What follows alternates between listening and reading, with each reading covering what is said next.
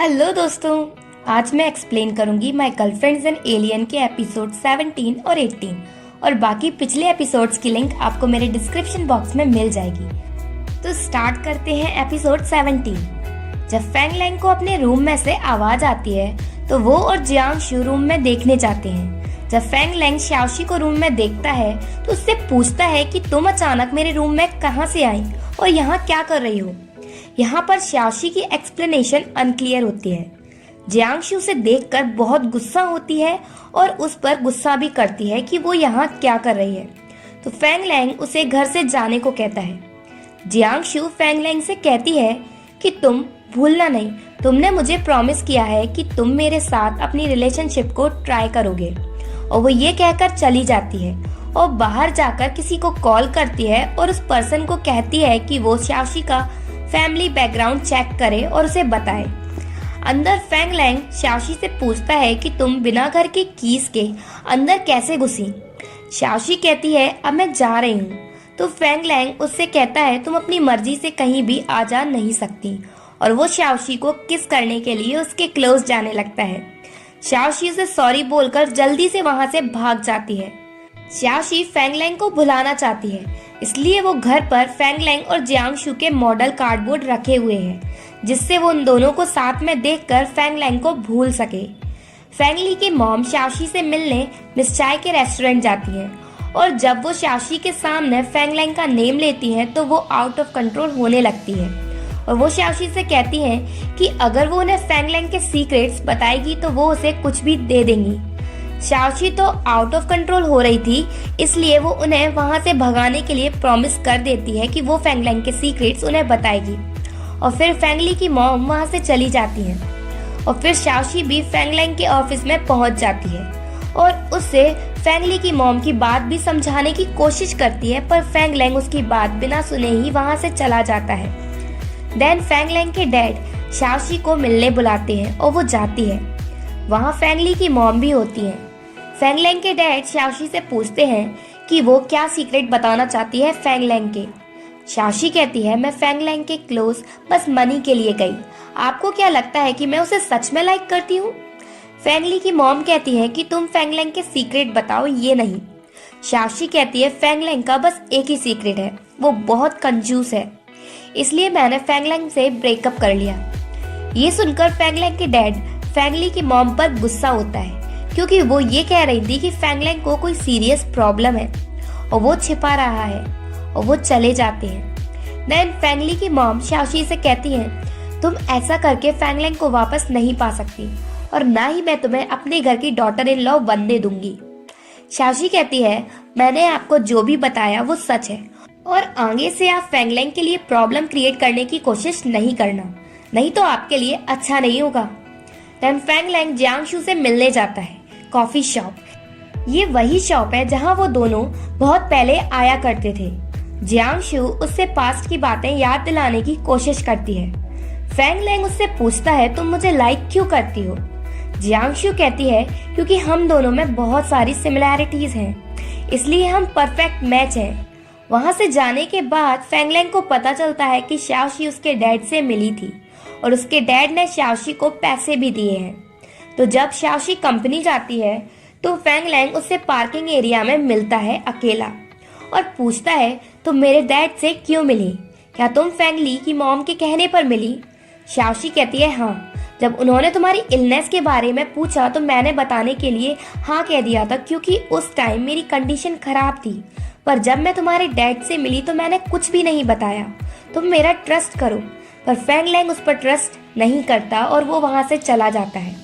पर शाओशी उसके पीछे पीछे जाती है और कहती है तुमने मुझसे प्रॉमिस किया था कि मैं तुमसे कुछ भी कहूंगी तुम उस पर बिलीव करोगे, पर अभी भी फैंग लैंग उसकी बात पर बिलीव नहीं करता और सिक्योरिटी गार्ड्स को बुलाकर उसे ले जाने को कहता है और वो आकर शाओशी को ले जाते हैं। रात के टाइम फैंग लैंग घर पर अपने डैड से पूछता है कि उन्होंने शाओशी को क्यों बुलाया था।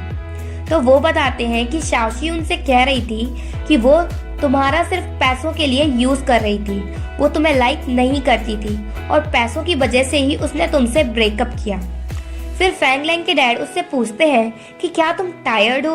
क्योंकि शाओशी उनसे कहकर गई है कि फेंग लैंग ज्यादा वर्क की वजह से आराम नहीं कर पाता। फेंग लैंग अपने डैड से थैंक्स कहता है और कहता है आपने मुझे ये बताकर बहुत बड़ी गलती करने से बचा लिया, और वो ये कहकर वहां से चला जाता है और शाओशी से मिलने जाता है मिस चाय के रेस्टोरेंट।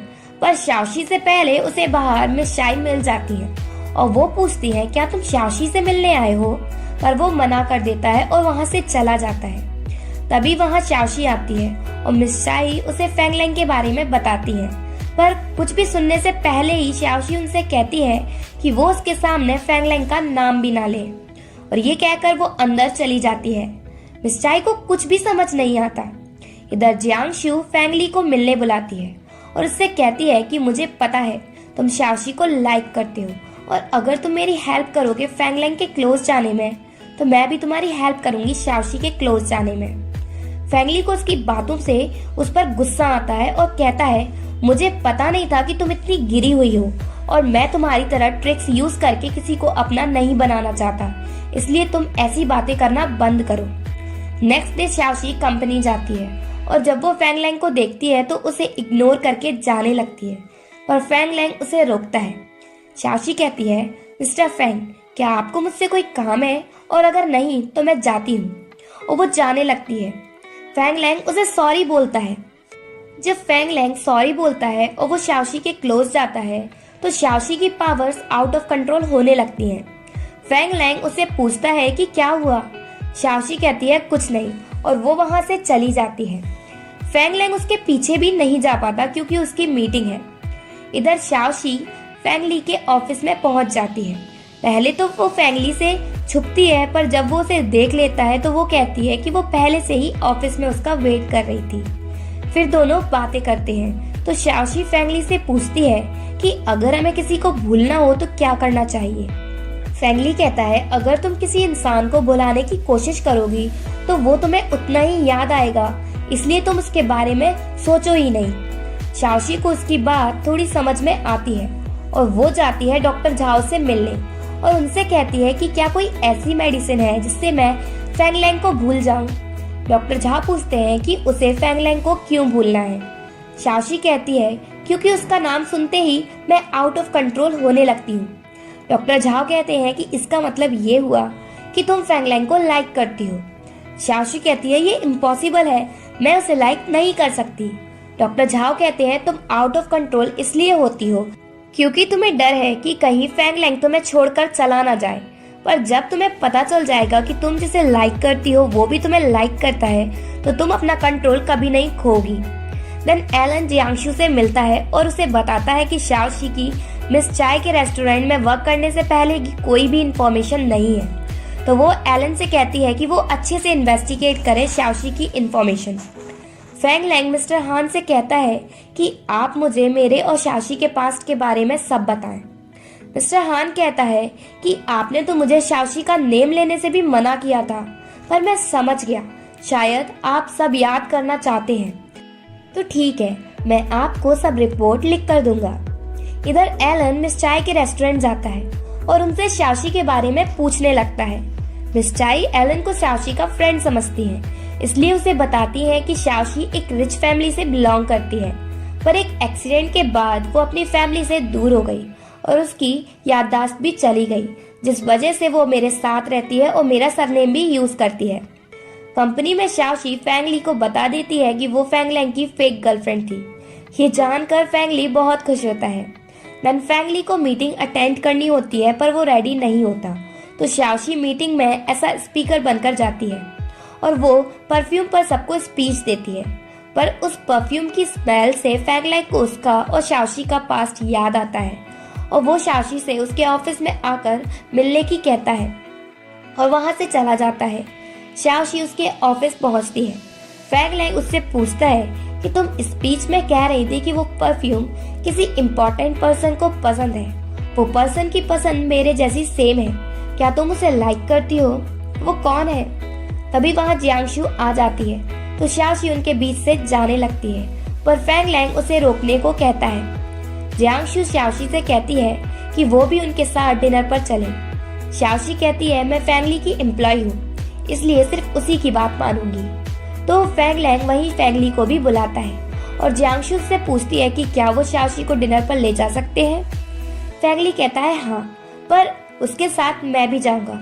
देन चारों डिनर पर जाते हैं। जियांगशु कहती है शाओशी को अब वर्क करने की जरूरत नहीं है। फैंगली पूछता है क्यों।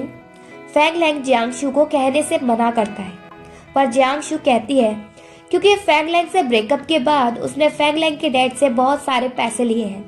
फैंगली जियांगशु पर गुस्सा होता है।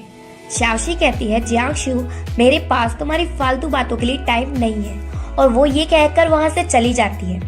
फैंगली भी उसके पीछे पीछे चला जाता है। फैंग लैंग जियांगशु से कहता है अगर मुझे पता होता कि तुम कमजोर लोगों को बुली करती हो तो मैं तुम्हें कभी भी डेट करने का चांस नहीं देता। और फैंग लैंग कहता है तुमने मेरा ट्रस्ट तोड़ दिया, और ये कहकर वो भी चला जाता है। फैंगली शाओशी का मूड ठीक करने के लिए उसे शॉपिंग पर लेकर जाता है, पर वहाँ शाओशी को हर जगह फैंग लैंग ही दिखाई देता है। फैंगली शाओशी से पूछता है कि वो इतनी अनहैप्पी क्यों है। शाओशी कहती है मैं सैड नहीं हूँ, और उसने जो कुछ भी खरीदा है उसे डोनेट करने को कहती है और फैंगली को देकर चली जाती है। देन शाओशी कंपनी जाती है। जब एलिवेटर लेती है तो वहाँ उसे फैंग लैंग मिलता है, तो शाओशी उसमें नहीं जाती। फैंग लैंग सभी एम्प्लॉइज को दूसरी एलिवेटर लेने को कहता है और शाओशी को अंदर आने की कहता है। अब एलिवेटर में वो दोनों अकेले होते हैं। फैंग लैंग शाओशी से पूछता है तुम मुझे देखकर भाग क्यों रही थी। शाओशी कहती है मैं नहीं चाहती कि कोई हमें साथ में देखकर गलत समझे। फैंग लैंग शाओशी से उनकी पास्ट मेमोरीज बताने को कहता है और उसके क्लोज जाता है, जिससे शाओशी की पावर्स आउट ऑफ कंट्रोल होने लगती हैं, और पावर्स के आउट ऑफ कंट्रोल होने की वजह से एलिवेटर में शॉर्ट सर्किट हो जाता है और एलिवेटर वर्क करना बंद कर देती है और नीचे गिरने लगती है। शाओशी को समझ नहीं आता कि इस बार उसकी पावर्स इतनी खराब कैसे हो गई। फैंग लैंग शाओशी के पास आता है। शाओशी उससे दूर रहने को कहती है, पर फिर भी वो उसके क्लोज जाता है और उसे अपना कोट देता है। शाओशी कहती है मैं तुम्हारे लिए सही नहीं हूँ, तुम मुझसे दूर रहो। फैंग लैंग कहता है भले ही तुम मेरे लिए सही ना हो, पर मैं तुम्हारा लकी स्टार हूँ, और ना मैं मरूंगा और ना तुम्हें मरने दूंगा, इसलिए तुम डरो नहीं। शाओशी अपनी पावर से एलिवेटर को फिर से ऊपर ले जाती है और डोर ओपन करके फैंग लैंग को जाने को कहती है, पर फैंग लैंग उसे अकेला छोड़कर नहीं जाता, जिससे एलिवेटर फिर से बंद हो जाती है। शाओशी गुस्से में पूछती है तुम निकले क्यों नहीं।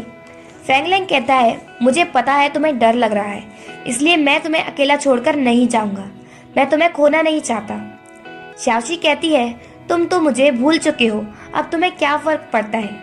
फैंग लैंग कहता है हाँ मैं तुम्हें भूल चुका हूँ, पर मैं स्ट्रेंज फील करता हूँ जब भी तुम्हें कोई बुली करता है। मुझे गुस्सा आता है। अगर मैं फैंगली होता तो मैं एक एक करके सबको स्लैप मारता जिसने तुम्हें बुली किया, पर मैं फैंग लैंग हूँ, इसलिए मैं बस दूर खड़ा देखता रहा। शाओशी पूछती है क्या तुम अभी भी मेरी केयर करते हो। और ये एपिसोड यही एंड होता है। अगर आपको मेरी वीडियो अच्छी लगी हो तो प्लीज लाइक माई वीडियो और सब्सक्राइब टू माई चैनल।